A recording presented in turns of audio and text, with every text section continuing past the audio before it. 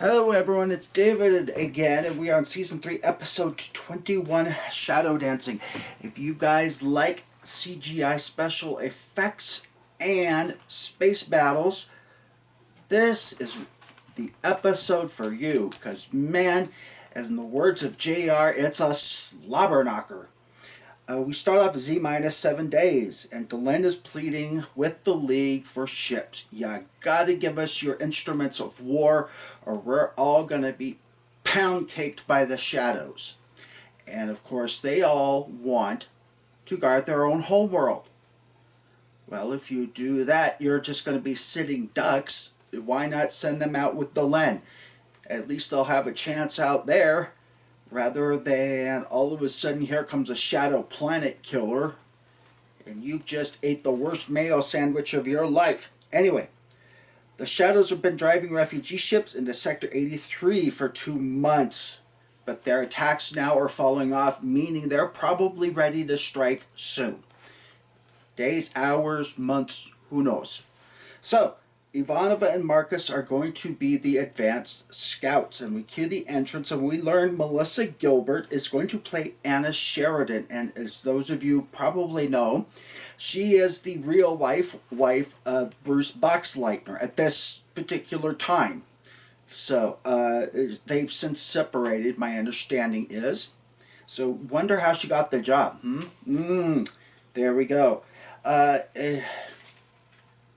Marcus and Ivanova are going off as scouts, and Sheridan says, other than an old Egyptian blessing, can't think of a word to say. And Marcus says, well, what is this Egyptian blessing you speak of? And it's, may God stand between you and harm in all the empty places you must walk. Isn't that kind of a touching little, gets you right in the feels right there. Z minus 6 days. And Ivanova's talking with Marcus, and she says, I'm going to start learning how to speak Minbari. And Marcus ends up professing his love for Ivanova in Minbari. So does that really count? If the other person doesn't understand the object of your affection, doesn't understand what you're saying, does that mean, so can he take back his words later if he finds out he doesn't really love her? I don't know about that one. But anyway, she ends up falling off the back of a Minbari bed. That would be me, because I can't have to have a flat, comfy bed with at least one cat in it. I was in the hotel room, and the beds are really comfortable, but woke up, and this is not the first time I've done this, woke up at about 1 in the morning, running around the room, wondering where my cats are. And then all of a sudden realizing, hey, you moron, you're not in your room, you're in a hotel room, and your cats are way far that away. Ended up going to the bathroom, going back to bed. Anyways, Sheridan is going to end up spending the night with Delenn. Woohoo! So he thinks, but no, they've got 3 nights, and the first night she sits there and gets to watch the man, and so he shows his true face once he's found restfully asleep. My true face would be like slobber coming off the end and then me grabbing for my cat. That would be my true face. What would your true face be like if your partner... and another thing is, go ask your partner, what's my true face when I'm asleep? See what answer they give you, and then put it down below. So, we zip on in. Poor Dr. Franklin ends up on his walkabout getting stabbed, trying to break up a drug deal gone bad. It's like, dude, stop trying to save everybody. This is the thing about new doctors and new nurses. I had to be broken of this habit too. Trying to save every damn person who walks through the door, because sometimes they don't want, nor do they need your help. This guy didn't want your help. He was trying to, get away so he could steal his drugs. And he even said, hey, sorry, dude, I can't contact the police and get you your help because I'm wanted for drug possession, as he runs off. And here is poor Dr. Franklin trying to mend his own wound. While he was going through his little walkabout at the end there, and he quote-unquote meets himself and all that good stuff, I was expecting to see a Vorlon in there towards the end of that. How many of you had that same impression. We were going to see Kosh somewhere running around there, you know, as Dr. Franklin's true self. But I guess Kosh is too busy running things behind the scenes. Anyway, a shadow fleet jumps into the sector, and Marcus and Ivanova get off their signal just in time. How do you guys think Sinclair / Valen directed the fight from B4? Because here is Captain Sheridan, and he's got this nice 3D dome that comes around him, and so he can see the battle from all different sides and directions, and can tell, you know, carrier group and Feely, pull back, protect the Drazi, and all that good stuff. How did Valen, did the Minbari have this technology going back 1,000 years?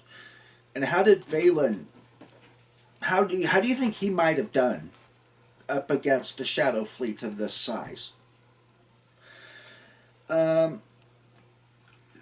Ends up the shadows retreat. Yay! But for every shadow vessel killed, 2 of Sheridan's fleet were lost. Is this a Pyrrhic victory then for Sheridan? Because as we all know, they knew when the shadows were going to hit and everything, and 2-to-1 odds in favor of the enemy is not good, especially when you have the upper hand. So what do you think about that? Do you think, had the war gone on and not ended like it did, do you think the shadows might have won this time, continuing on with a 2-to-1 kill ratio in their favor? We go into Z-4 days, and Franklin looks out as he's healing up, and he sees the casualties of battle, and it reminded me so much of watching the early days of the COVID virus, because here I was, a nurse, fully trained, 18 plus years of experience, 12 years on a ventilator unit. I had the skills to save so many people's lives, and I had to sit there helplessly as all these counts were going up. I had to watch my fellow nurses posting on the internet about all the trauma and the horrible experiences they were going through. And I sat down. I could not do a damn thing about it. And believe me, people, I tried. I picked up the phone, called the State Board of Nursing. They said, Mr. Arlen, you've been out of the profession for too long. The only way we can let you back in is if you go back to nursing school. And I'm like, I can't. Number one, it takes too much.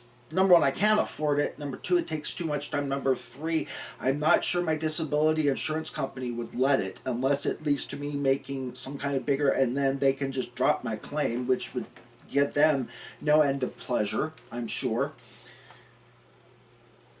And here's the State Board of Nursing, and I literally could do nothing until I sat back and they said face masks, and I thought to myself, what, could I sit there and sew? I can't sew worth a damn. But what I could do is I ran around to every single body shop in my county and in the other 2 adjacent counties, and I bought out every single face mask they would let me have, and I shipped it to all the nurses that I knew at my former workplace. You know, hey, could you use about 500 N95 masks? Are you kidding me? Yes, of course I can.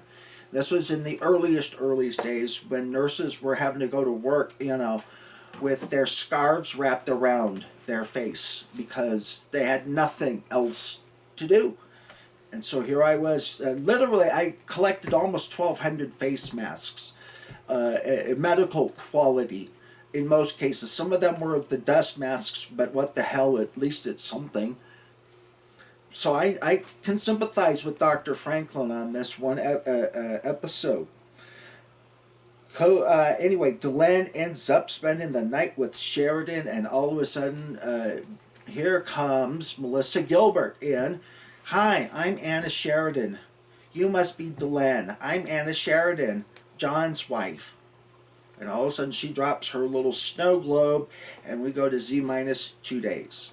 So, action-filled episode, lots of CGI battle effects. As always, comment down below, like, subscribe, and share, and I will see you on episode 22, the finale for Season 3, Zahadum.